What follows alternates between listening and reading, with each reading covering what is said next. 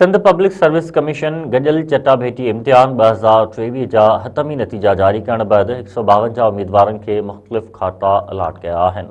Sindh public service commission गडियल चटाभेटी इम्तिहान 2023 जी हतमी नतीजनि जो ऐलान कंदे 31 उम्मीदवारनि खे PMC BPS 17 ऐं 30 उम्मीदवारनि खे DSP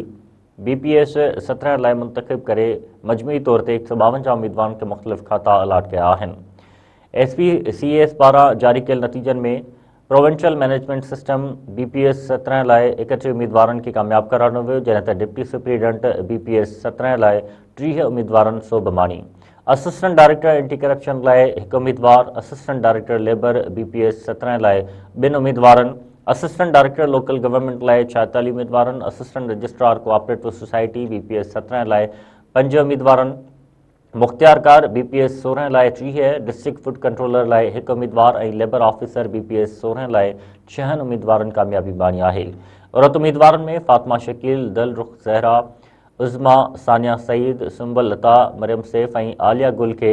PMS अलाट कयो वियो, जॾहिं त यशफा सैयद, राबिया असलम, सोबिया अली शेर, मनाहिल ऐं आलिया इब्राहिम खे DSP लाइ कामयाब करार ॾिनो वियो। वरा एंटी करप्शन एस्टेब्लिशमेंट में असिस्टेंट डायरेक्टर लाइ हिना ज़ुल्फ़कार अली जी सिफ़ारिश कई वई आहे।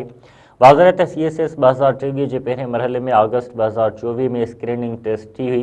जंहिंमें 14,588 उम्मीदवारनि हिसो वरितो। स्क्रीनिंग टेस्ट में पास थींदड़ 2,032 उम्मीदवारनि जो अप्रैल 2025 में